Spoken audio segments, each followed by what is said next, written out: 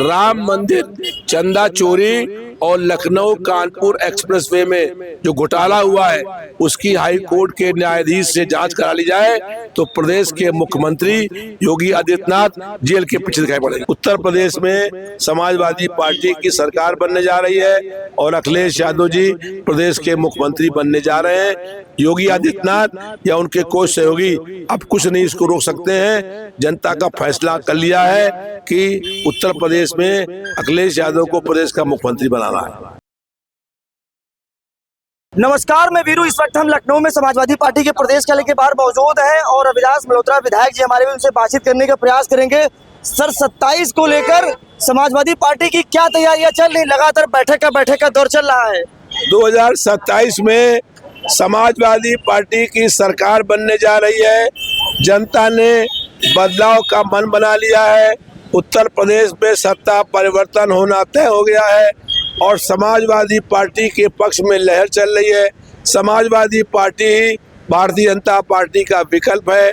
उत्तर प्रदेश में समाजवादी पार्टी की सरकार बनने जा रही है और अखिलेश यादव जी प्रदेश के मुख्यमंत्री बनने जा रहे हैं। विधायक जी, योगी जी ने बड़ा ऐलान कर दिया। अखिलेश यादव ने कहा है कि हम सालाना 40,000 रुपए देंगे, योगी ने कहा हम 50,000 रुपए देंगे। तो महिलाओं वोटर अब कहाँ जाने वाली है, क्योंकि महिलाओं को पहले पैसा मिलने जाएगा? देखिए, महिलाओं को मालूम है कि मुख्यमंत्री 10 साल से प्रदेश से मुख्यमंत्री हैं। उन्होंने 10 साल में क्यों नहीं महिलाओं को रुपया देने का काम किया? अब जब चुनाव आ रहे हैं तब कह रहे हैं हम तो सरकार बनाने जा रहे हैं और सरकार बनने के बाद अभी बात चल रही है कि 40,000 को बढ़ा करके 60,000 भी हम लोग करने का काम करेंगे। लेकिन जनता को ये बात मालूम है कि समाजवादी पार्टी जनता से जो वादे करती है उसे पूरा करने का काम करती है। समाजवादी पार्टी की सरकार बनेगी और पूरे 5 साल उसके बाद जब तक सरकार रहेगी तब तक महिलाओं को ये धनराशि मिलने का काम होगा। अगर योगी आदित्यनाथ में हिम्मत थी तो 10 साल पहले उन्होंने महिलाओं को ये पैसा देने का काम क्यों नहीं किया? अच्छा, चाहे आप बिहार देख लीजिए या महाराष्ट्र देख लीजिए, वहाँ पर महिलाओं को लुभाने के लिए इस तरह की चीजें दी गई थी, पर वहाँ की महिलाओं ने बड़ी संख्या में बीजेपी को वोट दिया और वहाँ पर उनकी सरकार बन गई है। यूपी में तो धनराशि और ज्यादा दी जा रही है वहाँ से तुलना में, तो यहाँ का महिलाओं का मन बदल गया। तो समाजवादी पार्टी ने पहले घोषणा करी थी और समाजवादी पार्टी के पक्ष में महिलाएं आ गई हैं।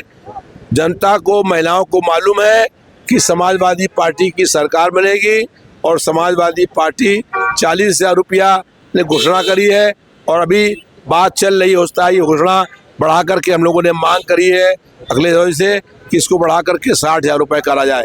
तो हो सकता है कि धनराशि बढ़ा करके 60,000 रुपये हो जाए। अच्छा विधायक जी, एक सवाल ये है, अभी आपने देखा कि चीनी का एकदम से रेट बढ़ गया है, तो बीजेपी के लोग कह रहे हैं कि लोगों को बहुत ज्यादा शुगर हो रहा था इसलिए महंगाई हुई है ताकि लोगों को शुगर कम हो। शुगर के दाम में पिछले 20 दिनों में 20 रुपए प्रति किलो दाम बढ़े हैं, क्योंकि अधिकांश गन्ने से एथेनॉल बन रहा है और एथेनॉल की कंपनी है नितिन गडकरी के बेटे की और उस एथेनॉल को पेट्रोल में मिलाने का काम हो रहा है। इसलिए अधिकांश गन्ना से इथेनॉल बन रहा है और इसीलिए शक्कर के दाम में वृद्धि होने का काम हुआ है। भाजपा की सरकार दो तरफ से जनता को लूटने का काम कर रही है। एक तो शक्कर के दाम में लगातार बढ़ोतरी हो रही है, दूसरा इथेनॉल को पेट्रोल में मिलाने से उनकी गाड़ियां खराब हो रही हैं, इंजन खराब हो रहा है, माइलेज कम हो रही है। और भाजपा की सरकार जो राम मंदिर का चंदा लूटने का काम करते थे, जनता को लूटने का काम कर रहे हैं। जनता जान गई है कि जो भगवान राम के नहीं है वो जनता के कभी हो नहीं सकते। योगी जी ने अभी एक भाषण दिया था, उन्होंने कहा था कि पता नहीं अखिलेश यादव पढ़े लिखे हैं कि नहीं है। पूरा देश प्रदेश जानता है कि अखिलेश यादव जी इंजीनियर हैं और योगी आदित्यनाथ अनपढ़ हैं। वो बताएं कि उन्होंने इंटर हाई स्कूल कहाँ से पास किया है। वो मुख्यमंत्री बताएं कि योगी की डिग्री उन्होंने कहाँ से ली है, किसने बनाया उनको योगी। जो एक टांग पर खड़े नहीं हो पाते हैं वो कहते हैं अपने आप को योगी हैं। तो ये उत्तर प्रदेश के मुख्यमंत्री जो राम मंदिर चंदा का चोरी करते हैं, सड़क बनाने के नाम पर घपला करने का काम करते हैं। लखनऊ से कानपुर तक की सड़क बनी 4200 करोड़ रुपए में और वो सड़क 18 दिन में टूट गई। तो वो इतनी भयंकर लूट करने का काम कर रहे हैं।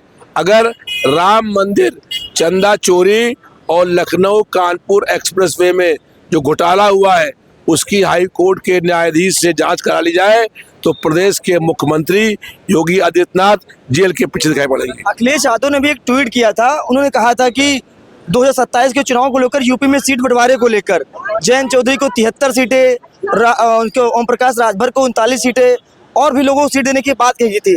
इस पर ओम प्रकाश राजभर ने कहा है कि अखिलेश यादव बीजेपी से अंदर मिले हुए हैं, तब जाके उनको ये बीजेपी ने सटीक जानकारी दी कि हमें इतनी सीटें मिलने वाली हैं। पूरा प्रदेश जानता है कि भारतीय जनता पार्टी का विकल्प केवल समाजवादी पार्टी है। समाजवादी पार्टी भारतीय जनता पार्टी के खिलाफ संघर्ष करने का काम कर रही है। अखिलेश यादव के बढ़ते जन आधार से भारतीय जनता पार्टी, उनकी सहयोगी पार्टियां बौखला गई हैं। उन्हें मालूम हो गया है कि जनता जबरदस्त गुस्से में है, नौजवान गुस्से में है, छात्र गुस्से में है, महिलाएं गुस्से में है, व्यापारी गुस्से में है। अब उत्तर प्रदेश में समाजवादी पार्टी की सरकार बनने जा रही है और अखिलेश यादव जी प्रदेश के मुख्यमंत्री बनने जा रहे हैं। योगी आदित्यनाथ या उनके कोई सहयोगी अब कुछ नहीं इसको रोक सकते हैं। जनता का फैसला कर लिया है कि उत्तर प्रदेश में अखिलेश यादव को प्रदेश का मुख्यमंत्री बनाना है।